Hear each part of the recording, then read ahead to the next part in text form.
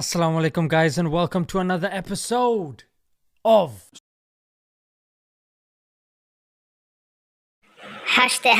#Jannah. Don't stop me, 'cause I'm having a good time, on it day. death. It's not exactly the most popular topics of conversation now, is it? Death is coming. Death is here.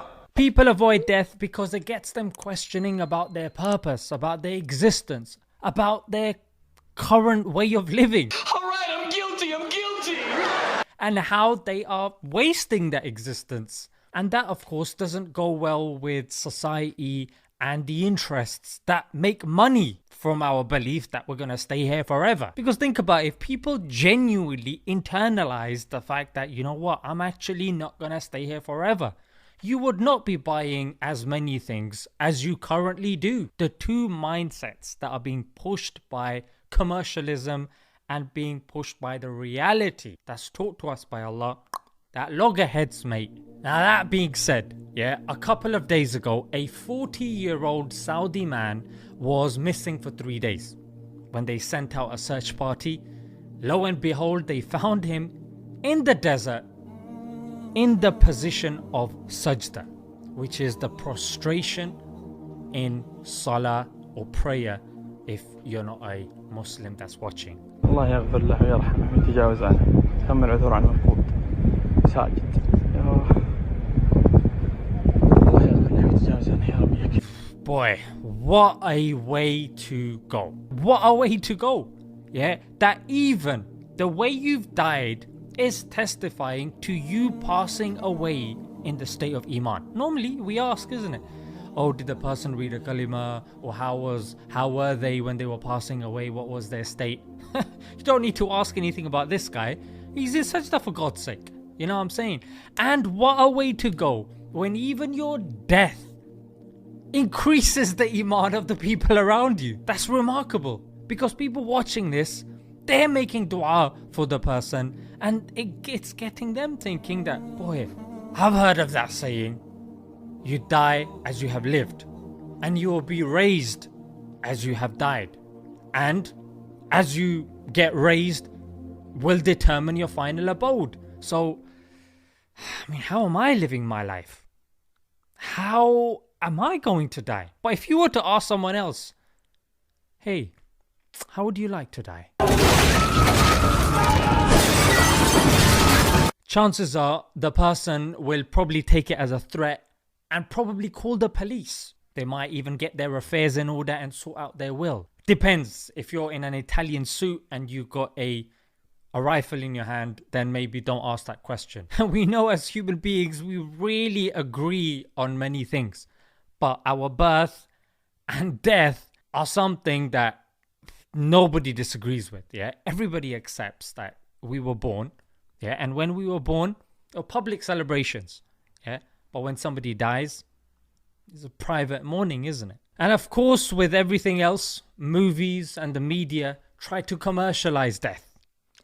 Yes, that's right. They're literally traumatizing us to get us to devote ourselves to their movie or whatever. I mean, think about it, all of these classics that we remember, even from childhood, they have all involved a death. Be it Lion King, be it Bambi, be it Finding Nemo, Harry Potter. You name it. Even if you look in Bollywood, you got Devdas, Kalhona Ho. Even iconic writings like Romeo and Juliet,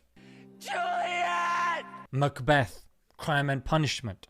But sometimes Hollywood just takes it too far. And you said your sister and your dad Both dead. but still got a mom though? Killed by a dark elf. A best friend? Stabbed through the heart. And I guess maybe because we haven't experienced death ourselves, and we experience life every single day, so we're used to life, we're used to existing, we're used to seeing everything around us. And death, the only time we get to experience it is when it actually happens. The other times when we see it is when it's happening to other people. So that's how our mind has just, I don't know, rationalize that, I guess. So it's only when you close your eyes and you actually think, imagine if it was to happen right now. what events would unfold. What would they call me? Would they call me a corpse? A dead body? Because when you die, that's literally what you are. You're a piece of flesh now. So in Islam, we are told to reflect and ponder upon death profusely. Why? Because it helps us appreciate our life and encourages us not to waste it. And even you got famous novelists like Dostoevsky. Yeah, some even argue that he is a better novelist or a better writer than Shakespeare. And he's written a book about a person that's about to be shot, yeah, in front of a firing squad. And he talks about how he perceives life at that moment in time. Yeah, he sees a church opposite him, and right on top of the church there's a spire, and the way the light reflects upon the spire is something that he sees. It's something so small, something seemingly so insignificant, but it shows that at that moment we're clinging on to the most smallest of things. But when we're alive, so many big things go wasted. And then he talks about how that person then survived and how his life changed, yeah, how his perspective changed. But to other people, he was seen as an idiot. And that's why he calls the book Idiot. LOL. You got another novelist, yeah, by the name of Leo Tolstoy.